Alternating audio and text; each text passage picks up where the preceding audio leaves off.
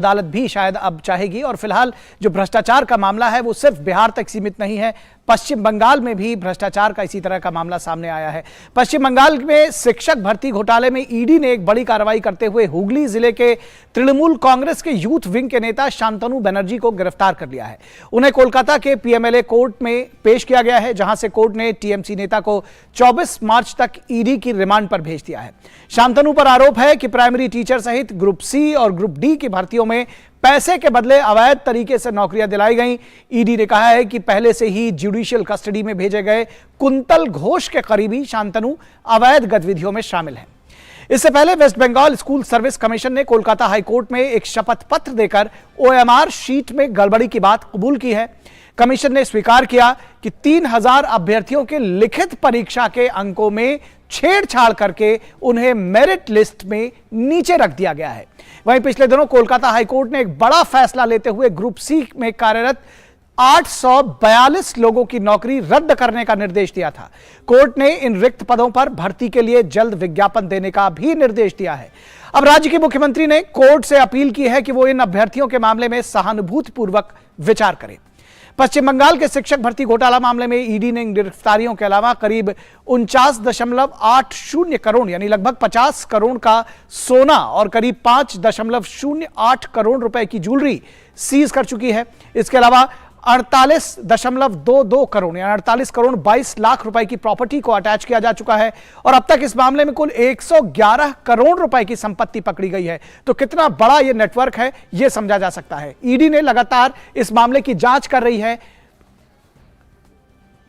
और यह तथ्य भी सामने आया है कि साल 2012 से लेकर 2022 तक सिर्फ प्राथमिक शिक्षा के क्षेत्र में पश्चिम बंगाल में 500 करोड़ रुपए से अधिक का घोटाला किया जा चुका है। तो इसका जो एक्सटेंशन है वो समझा जा सकता है कितना बड़ा यह घोटाला है। और इसके साथ ही साथ राज्य में ग्रुप सी और ग्रुप डी की भर्तियों को भी को लेकर के भी बड़े पैमाने पर घालमेल किया गया है। राज्य की सत्ता पर 2011 से तृणमूल कांग्रेस काबिज है और 2012 से यह घोटाला शुरू हुआ है।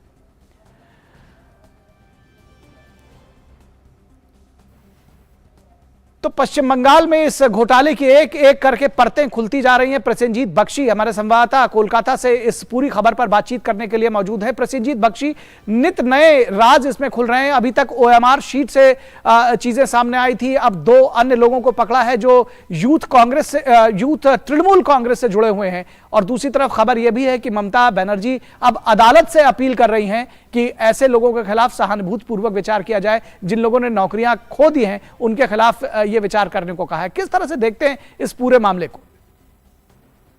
नहीं, देखिए निखिल, हम कई दिनों से इस जो मनी फॉर जॉब, अगर वहां पे लैंड फॉर जॉब है तो यहाँ पे मनी फॉर जॉब, तो इस मामले पर बात कर रहे थे।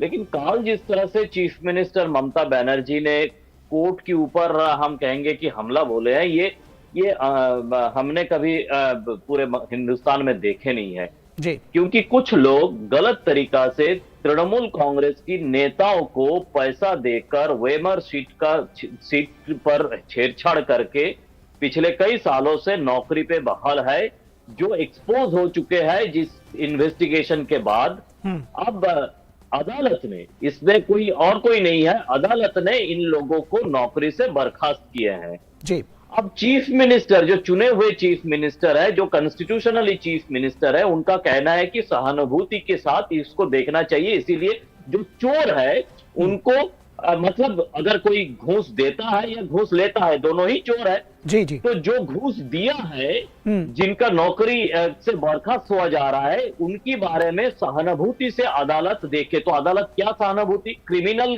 के बारे में अदालत को सहानुभूति दिखाना चाहिए। मतलब क्या हो गया कि एक सोशल फ्रेमवर्क में जो एक इंस्टेबिलिटी आ चुके हैं तृणमूल कांग्रेस की इस घोटाले के कारण, उस इंस्टेबिलिटी को अब अदालत के ऊपर इसकी सारे जो आरोप है ये डालने की कोशिश में है। ममता की कहना है कि मैंने तो नौकरी खाया नहीं, अदालत ने नौकरी से बर्खास्त किया।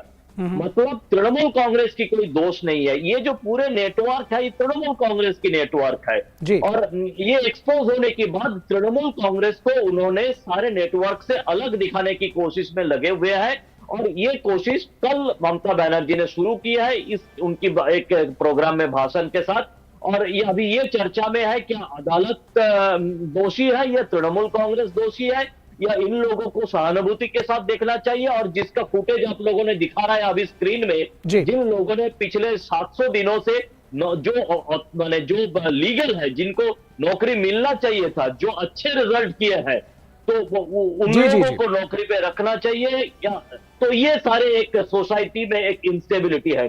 जी जी जी, निश्चित तौर पर एक इंस्टेबिलिटी है और ये एक बड़ा मामला है, सामने आया है। इस पर आप नजर बनाए रखिए, हम आपसे और अपडेट्स लेते रहेंगे। बहुत शुक्रिया इस तमाम बातचीत और जानकारी के लिए, हमसे बात करने के लिए।